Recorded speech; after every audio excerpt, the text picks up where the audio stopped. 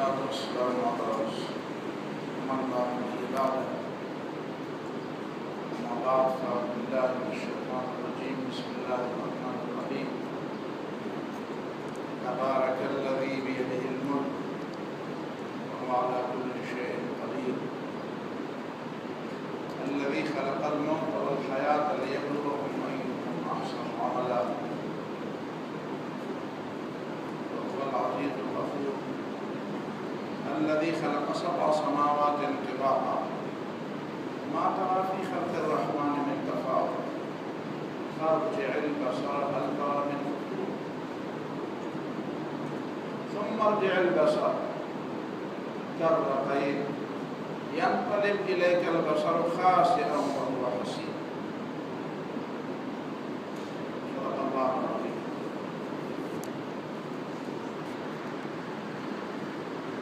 دو قسم کی مخلوقات اللہ تعالیٰ نے پیدا فرمائی. ایک وہ مخلوق جس کو اللہ نے عقل، فہم اور فکر کی صلاحیت اور تدبر کا سلیقہ اور شعور عطا فرمایا، جیسے انسان، فرشتے اور جنات. دوسری قسم کی مخلوق وہ ہے جن کو اللہ تعالیٰ نے یہ چیزیں نہیں عطا فرمائی، یا کم از کم ان انسانوں اور جنوں سے کم عطا فرمائی ہے، جن کا ہمیں ادراک نہیں ہوتا. درست بات یہی ہے، پتھروں میں بھی، پودوں میں بھی، جانوروں میں بھی شعور و ادراک ہے. حتیٰ کہ پتھروں کے بارے میں تو قرآن میں ذکر ہے، جن کو سب لوگ لاشعور ہی سمجھتے ہیں. قرآن ان کے بارے میں بتاتا ہے وَإِنَّ مِنَ الْحِجَارَةِ لَمَا يَشَّقَّقُ فَيَخْرُجُ مِنْهُ الْمَاءُ وَإِنَّ مِنْهَا لَمَا يَهْبِطُ مِنْ خَشْيَةِ اللَّهِ. پتھروں میں بھی کچھ ایسے پتھر ہیں کہ جو اللہ تعالیٰ کے خوف سے لرز کر گر جاتے ہیں. ہمیں ان کا سبب بظاہر معلوم نہیں ہوتا کیوں گرے یہ پتھر. ہم کہتے ہیں لینڈ سلائڈنگ ہو گئی، اور بورڈ لگاتے ہیں کہ یہاں پہ پتھر گرتے ہیں، ذرا احتیاط کیجیے. خاص کر یہ شمالی علاقہ جہاں سے شاہراہ پورا شاہراہ ریشم پر جب آپ جاتے ہیں پتھر گرتے ہیں. قرآن ہمیں بتاتا ہے یہبط من خشیۃ اللہ، اللہ کی خشیت سے اور اللہ کے خوف سے وہ گر پڑتے ہیں. اور اللہ ان سے بات بھی کرتا ہے. کسی فارسی شاعر نے بہت زبردست بات کی کہ خاک و باد و آب و آتش زندہ، خاک و باد و آب و آتش بندہ، بامنو تو زندہ، بامنو تو مردہ، باحق زندہ. یہ مٹی، یہ ہوا، یہ پانی اور یہ آگ، جن کو پرانے زمانے میں عناصر اربعہ کہا کرتے تھے. جس زمانے میں ابھی یہ سمجھا جاتا تھا کہ یہ چیزیں ابھی اکائی ہیں اور یہ کسی اور چیز سے نہیں بنی. اب بھی آج بھی عناصر اربعہ کی باتیں ہو رہی، وہی لفظ اب بھی استعمال ہو رہا ہے. اگرچہ علم اس سے آگے چلا گیا ہے اور یہ عناصر نہیں ہے، ان کے خود اپنے کچھ عناصر ہیں. کہتے ہیں یہ بندے ہیں. بامنو تو مردہ باحق زندہ، ہماری اور آپ کی نسبت سے ہم ان کو مردہ شمار کرتے ہیں. پتھر ہے، بے جان ہے، بے جان چیز، ہم ان کو بے جان چیزیں سمجھتے ہیں، ان کے اندر کوئی جان نہیں. لیکن باحق زندہ، اللہ کی نسبت سے یہ چیزیں زندہ ہیں. اللہ آسمان سے بات کرتا ہے، اللہ زمین سے بھی بات کرتا ہے. یا سماء اقلعی و یا ارض ابلعی ماءکی، طوفان نوح کے بارے میں بتایا. آسمان تو مت برسا، بس کر، اور زمین تو اپنا پانی نگل لے. تو یہ چیزیں زندہ ہیں لیکن ہماری نسبت. پھر ایک قدم آگے جاتے ہیں کہ جن چیزوں کو اللہ تعالیٰ نے اتنی عقل اور اتنا شعور اور تدبر نہیں دیا ہے جو انسانوں کو دیا ہے، ان کا سارا نظام اللہ تعالیٰ نے خود اپنے ہاتھ میں رکھا ہے اور ان کو براہ راست سمجھایا ہے. اور ایسا سمجھایا ہے کہ انسان ہزاروں نہیں لاکھوں سال بھی زندہ رہے اور ساری انسانوں کی عقل بھی ایک ہی شخص میں مجتمع ہو جائے اتنا نہیں سمجھ سکتا جتنا وہ اللہ تعالیٰ نے سمجھایا اسے. آپ حیران ہو جاتے ہیں. الذی اعطى كل شيء خلقه ثم هدى. رب وہی ہے جس نے ہر چیز کو اور ہر مخلوق کو اس کی مناسب تعلیم دی، اس کی مناسب اس کو سمجھایا، اس کی زندگی کے مناسب تھی. اس کی زندگی کے لیے کیا کیا ضرورتیں ہیں، کیا کیا چیزیں ہیں، اس کو سمجھایا. اور ثم هدى، پھر اس کو عملی رستے بھی بتا دیے. اور جو آیت میں نے تلاوت کی اس میں قرآن نے بار بار فرمایا کہ اس کائنات میں دیکھو هل ترى من فطور، تمہیں کوئی کمی نظر آتی ہے، کوئی ایسی چیز نظر آتی ہے جس کمی کو کوئی دوسرا پوری کر دے. اللہ تعالیٰ نے نعوذ باللہ کوئی کمی چھوڑ دی ہے. ثم ارجع البصر کرتين، بار بار دیکھو. ينقلب اليك البصر خاسئا، تمہاری نظر تھک کر واپس آ جائے. لیکن تم اللہ تعالیٰ کی تخلیق میں کوئی کمی بیشی نہیں پاؤ گے. یہ انسان بھی ہوا میں اڑتا ہے، جہاز اڑاتا ہے، لیکن اللہ نے جو مخلوق پیدا کی ہے ہوا میں اڑنے کے لیے، آپ میں سے اگر کسی کو موقع ملے تو یہ پرندوں کی دنیا ذرا دیکھ لیں. ہزاروں لاکھوں پرندے فضا میں. الم يروا الى الطير مسخرات في جو السماء ما يمسكهن الا الله.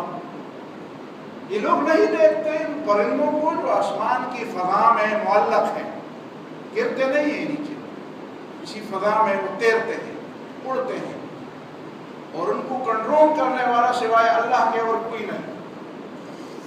انسان سمجھتا ہے ہم نے پرندوں کو مات دے دی اور ہوا میں اڑ گئے. میں تب مانوں گا جب اسی طرح ہزاروں لاکھوں جہاز ہوا میں اسی طرح اڑے جس طرح پرندے اڑتے ہیں اور آپس میں نہ ٹکرائیں. آپ حیران ہو جائیں گے، ایسے ایسے کرتب دکھاتے ہیں پرندے، ایسی شکلیں بناتے ہیں. کبھی ایک سے ایک طرف جاتے ہیں، کبھی لمحوں میں اور سیکنڈوں میں دوسری طرف جاتے ہیں، دوسری شکل بنا دیتے ہیں. سیکنڈوں میں اپنی وجہ تبدیل کرتے ہیں، اپنا رخ تبدیل کرتے ہیں. اور آپ دیکھیں ایک پرندہ بھی دوسرے سے ٹکرا کر زمین پر نہیں گرتا. اور آپ پوری دنیا پر چیلنج کرتے ہیں کہ چلو 1000 جہاز اسی طرح ہوا میں اسی طرح کرتب دکھا کے مجھے ذرا بتائیں کیسے ٹکراتے ہیں کہ نہیں ٹکراتے. یہ اللہ تعالیٰ کی توحید کی نشانی ہے. پھر اللہ تعالیٰ نے اس کے بارے میں ایک تبصرہ فرمایا کہ اس میں ایک توازن ہے. والسماء رفعها ووضع الميزان.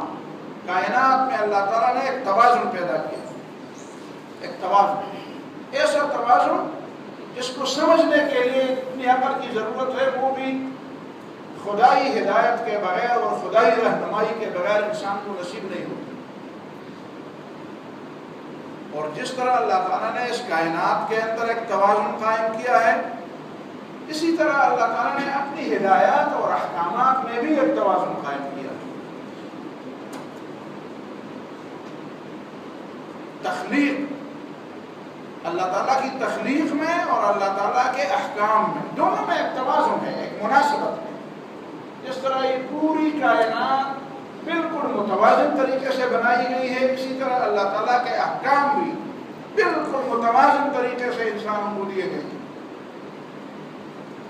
انبیاء کی جو تعلیمات ہیں، رسول کی جو شخصیت ہوتی ہے، رسول کے جو اوصاف ہوتے ہیں، ان اوصاف میں تو بہت بڑی بڑی بات ہے.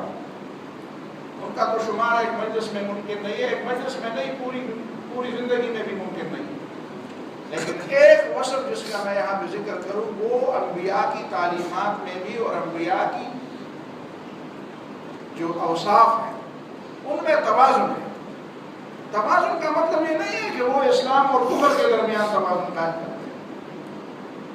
جب ہم یہ بات کرتے ہیں تو کچھ لوگ سمجھتے ہیں کہ نہیں، بس یہ دنیا میں جب رہنا ہے تو ظاہر ہے کہ آپ نے توازن تو قائم کرنا ہوگا، آپ نے دیکھنا ہوگا بھائی دنیا میں کس کی بات چل رہی ہے، کس کے پاس قوت ہے، لہذا آپ متوازن باتیں کریں، دوسروں کی قوت کا بھی اندازہ کر لیں. میں نہیں کہتا کہ آپ اندازے کے بغیر اندھیرے میں تیر چلائیں، لیکن میں یہ کہتا ہوں کہ انبیاء کی تعلیمات میں جو توازن کی بات کی گئی ہے وہ توازن اسلام اور جاہلیت کے درمیان نہیں ہے۔ اسلام اور جاہلیت کے درمیان کیا توازن ہو سکتا ہے؟ توازن کا مطلب یہ ہے کہ جس چیز میں وزن ہو اس کو آپ اپنا وزن دے دیں، تو جاہلیت میں تو سر سے وزن ہی نہیں ہے۔ قرآن نے فرمایا اولئک الذین کفروا بآیات ربہم ولقائہ فحبطت اعمالهم فلا نقیم لهم یوم القیامۃ وزنا۔ کافروں کے لیے کوئی میزان قائم نہیں کیا جائے اس لیے کہ ان کے اعمال میں وزن نہیں۔ قرآن نے جو ہمیں بتایا فَأَمَّا مَنْ ثَقُلَتْ مَوَازِينُهُ فَهُوَ فِي عِيشَةٍ رَاضِيَةٍ، جن کے اوزان بھاری ہو جائیں گے تو وہ خوشی کی زندگی گزاریں گے۔ وَأَمَّا مَنْ خَفَّتْ مَوَازِينُهُ، اس کا مطلب یہ ہے کہ ایک کانٹا ہے، ایک ترازو ہے، وہیں پہ ایک معیار ہے، اس معیار کے مطابق تولا جائے گا انسان کے اعمال کو۔ اگر وہ نیک اعمال ہوں گے تو ان میں وزن ہو، اگر وہ برے اعمال ہوں گے تو ان میں وزن نہیں ہوگا۔ فَجَعَلْنَاهُ هَبَاءً مَنْثُورًا، وہ ہوا میں اڑتے غبار کی طرح ہوں گے، اڑتے غبار کی طرح ہوں گے۔ وزن نیکیوں میں ہوتی، وزن نیکیوں میں، برائیوں میں وزن نہیں ہے۔ تو اسلام اور جاہلیت کے درمیان توازن کرنا یہ میری جاہلیت ہے، یہ جاہلیت ہے۔ آپ کیسے ان دو باتوں کے درمیان آپ کیسے توازن قائم کریں گے کہ ایک بات، ایک طرز عمل، ایک طرز فکر کہتی ہے کہ خدا موجود ہے، دوسری طرز فکر کہتی ہے کہ نہیں ہے، آپ ان دونوں میں توازن قائم کرتے ہیں، اس میں توازن ہو سکتا ہے۔ آخرت موجود ہے، آخرت موجود نہیں ہے، خدا موجود ہے، خدا موجود نہیں ہے، خدا ایک ہے، خدا بیسیار کئی ہیں، ان باتوں میں آپ کیسے وزن قائم کریں گے؟ یہ ممکن ہے کیا؟ پیغمبر سچ بولتا ہے، پیغمبر جھوٹ بھی بولتا ہے، نعوذ باللہ، ان دونوں میں کیسے وزن قائم کریں گے؟ توازن کا مطلب ہے کہ انبیاء کی جو تعلیمات ہے ان کے آپس میں توازن قائم کریں۔ تعلیمات آخرت کو سنوارنے کے لیے بھی ہے، دنیا سنوارنے کے لیے بھی ہے، آپ ان دونوں میں توازن قائم کریں۔ حقوق اللہ بھی ادا کرنے ہیں، حقوق العباد بھی ادا کرنے ہیں۔ انبیاء کی تعلیمات ہے کہ ان دونوں میں توازن قائم کریں، اور یہ رسول اللہ صلی اللہ علیہ وسلم کی بڑی خصوصیت، ہر پیغمبر کی خصوصیت ہے، اور نبی صلی اللہ علیہ وسلم کی تو بطریقہ اولا کہ انہوں نے جتنی بھی تعلیمات دی ہیں ان تعلیمات میں یہ نہیں دی کہ ایک تعلیم کی طرف متوجہ ہو کر دوسرے کو بالکل نظر انداز کر دیں۔ اور اہل علم میں بھی جو راسخین فی العلم ہیں، جو گہرے علم والے لوگ ہیں، ان کی باتوں میں آپ کو یہ توازن نظر آئے گا۔ مثال کے طور پر جو مجددین ہیں، جو مصلحین امت ہیں، مجددین امت ہیں، ان مجددین کے کارناموں میں بڑا کارنامہ یہ ہوتا ہے کہ وہ دین کے احکام کے درمیان اس زمانے میں لوگوں کو توازن سکھائے، وہ ایک طرف لڑکتے نہیں ہیں۔ کچھ لوگ عجیب قسم کے علم والے لوگ ہوتے ہیں لیکن ان کی باتوں میں توازن نہیں ہوتا۔ مجھے ایک مثال یاد آتی ہے، میں طالب علمی کے زمانے میں ایک مدرسے میں پڑھتا تھا، تو اس زمانے میں یہ دعا اور زوات کا جھگڑا بڑا چل رہا تھا، دعا اور زوات، حتیٰ کہ مجھے بتایا گیا کہ ایک مسلمان نے قرآن مجید کا نسخہ ہندو کے پاس لے جا کر اس کے سامنے رکھا کہ یہ مسلمان تو آپس میں متفق نہیں ہے کہ یہ دعا ہے کہ زوات ہے، تم بتاؤ ذرا یہ دعا ہے۔ اس نے کہا یار میں تو ہندو ہوں، مجھے تمہاری کتاب کے بارے میں کیا علم؟ یہ ایک وقت تو مجھے یاد ہے وہ میرے استاد اس کے قائل تھے کہ غیر المغضوب علیہم ولا الضالین، اسی طرح کا اور الگ نمازیں پڑھتے۔ تو ایک دفعہ میں نے ویسے افراح تفنن سمجھے تو جا رہے تھے تو پیچھے سے میں نے کہا غیر المغضوب علیہم ولا الضالین، تو اس نے منہ اس طرح کر کے مجھے کہتا ہے حنیف اگر تو مجھے ماں باپ کی گالی دیتا تو شاید مجھے اتنا برا نہیں لگتا جس نے تم نے میرے کان میں مغضوب ہی کہہ دی۔ پھر مجھے کہتے ہیں میری ایک بات سن لو، اس زمانے میں جنت جانے کا واحد راستہ یہ ہے کہ آدمی نماز میں غیر المغضوب ہی پڑھے، بس باقی جو بھی کر لے اس کو معافی دی جائے، اور ایک راستہ رہ گیا ہے جنت جانے، یہ ہے یہ ہے افراط و تفریط، یہ ہے افراط و تفریط، یہ علم کی نشانی نہیں ہے۔ ٹھیک ہے وہ فنون میں مجھے یاد ہے میں اپنے سر پر بٹھانے کے لیے تیار تھا اور اب بھی اس کی قدر کرتا ہوں، لیکن یہ پیغمبر اور غیر پیغمبر کے درمیان نمایاں فرق ہے، نمایاں فرق ہے۔ اگر کسی کو علم ہو تو وہ نمایاں فرق کو سمجھ سکتا ہے۔ کچھ لوگ عبادات کی طرف بڑے لڑک جاتے ہیں، اسی وجہ سے رسول اللہ صلی اللہ علیہ وسلم نے فرمایا کہ تم دین کے ساتھ کبڈی نہ کھیلو، دین کے ساتھ کبڈی نہ کھیلو۔ تم یہ نہیں کہہ سکتے کہ میں نے دین کو مات دی، دین نے جتنے فرائض میرے اوپر عائد کیے تھے سب کو میں نے پورا کر دیا، اسلام پیدا نہیں ہوتا۔ شاید تم نے نفلیں زیادہ پڑھی ہوں گی، شاید تم نے نفل روزے زیادہ رکھے ہوں گے، شاید تم نے عمرے زیادہ کیے ہوں گے، شاید تم نے کسی غریب کو کھانا زیادہ دیا ہوگا، لیکن شاید تم بھول گئے کہ کئی فرائض ایسے ہیں جو تم نے ادا ہی نہیں کی، وہ تم سے چھوٹ گئے، اس کی طرف تمہیں توجہ ہی نہیں رہی۔ یہ پیغمبر کی شان ہوتی ہے، اور پیغمبر کے بعد ان اصحاب علم کی شان ہوتی ہے جنہوں نے پیغمبر کے زیادہ قریب ہونے کی کوشش کی ہوتی ہے اور جن کو اللہ تعالیٰ نے یہ توفیق دی ہوتی ہے۔ لیکن پیغمبر نے جہاد کا مسئلہ بھی بتا دیا، اور پیغمبر نے راتوں کو کھڑے ہو کر تہجد اور اللہ کو یاد کرنے اور لمبے لمبے سجدے کرنے کا طریقہ بھی اور یہ تعلیم بھی دی۔ کیا ایک شخص جو میدان عمل کا آدمی ہو اور فوجوں کی قیادت کرنے والا ہو، جس کی 10 سال زندگی میں سوائے ایک بات کے، مجھے یاد ہے کہ غزوہ فتح مکہ کے بعد تقریباً 6 مہینے ایسے گزرے ہیں جس میں نبی صلی اللہ علیہ وسلم نے شاید کوئی فوجی مہم نہ بھیجی ہو، یعنی پوری 10 سالہ زندگی میں جو مدینے میں گزری ہے اس میں صرف ایک دفعہ 6 مہینے ایسے گزرے ہیں جس میں کوئی بڑی فوجی مہم نبی صلی اللہ علیہ وسلم نے نہیں بھیجی، باقی تو ساری زندگی ایسی رہی 10 سال کی۔ اور ان 10 سال کی زندگی میں رسول اللہ صلی اللہ علیہ وسلم نے ایک طرف جو عبادات کے اندر جو توجہ اور جو خشوع اور جو خضوع اور جو آخرت کی طرف توجہ ایک طرف اسی بھی برقرار رکھا، اور دوسری طرف اپنے ملکی اصلاحات اور داخلی نظام اور خارجی اور دشمنوں کے ساتھ ہر محاذ میں ڈٹ جانے کا، یعنی یہ دونوں باتیں ایک ہی شخصیت میں کیسے جمع ہو جاتی۔ اور پھر آپ دیکھ لیتے ہیں ایک موقع پر حضرت سلمہ بن اکوع رضی اللہ تعالیٰ، سلمہ بن اکوع رضی اللہ تعالیٰ، کچھ لوگوں نے نبی صلی اللہ علیہ وسلم کے جو حکومت کے جو جانور تھے، جو اونٹ تھے، وہ کہیں پہ چل رہے تھے اور اس پر کسی نے ڈاکہ ڈالا۔ حضرت سلمہ بن اکوع رضی اللہ تعالیٰ عنہ دوڑتے رہے اور پیچھا کرتے رہے، آخر نبی صلی اللہ علیہ وسلم نے کہا بس رک جاؤ، اتنا کافی ہے، ٹھیک ہے۔ اب دیکھیں نا نبی صلی اللہ علیہ وسلم ایک جگہ پہ رک بھی جاتے ہیں۔ جس شخص کے مزاج میں یہ چیز ہوتی ہے کہ دشمن کو للکارا جائے تو وہ تو آخر تک للکارتا ہے، لیکن نبی صلی اللہ علیہ وسلم کبھی روکتے بھی ہیں، کبھی روکتے بھی۔ اور جہاد پہ جانے والوں کی تربیت اس انداز سے کرتے ہیں کہ دشمن ان کے بارے میں جب 2 لفظوں میں تبصرہ کرتا ہے تو کیا کہتا ہے؟ رہبان اللیل فرسان النہار۔ یہ عجیب لوگ ہیں، رہبان اللیل فرسان النہار، رات کو وہ راہب بنتے ہیں، اور جو رات کو راہب بنتا ہے دنیا میں دن میں آپ اس کو مجاہد نہیں بنا سکتے، ایسا آدمی بہت کم ملے گا جو رات کو راہب بننے والوں کو دن میں مجاہد بنائے اور جو دن کو مجاہد بننے والوں کو رات میں راہب بنائے۔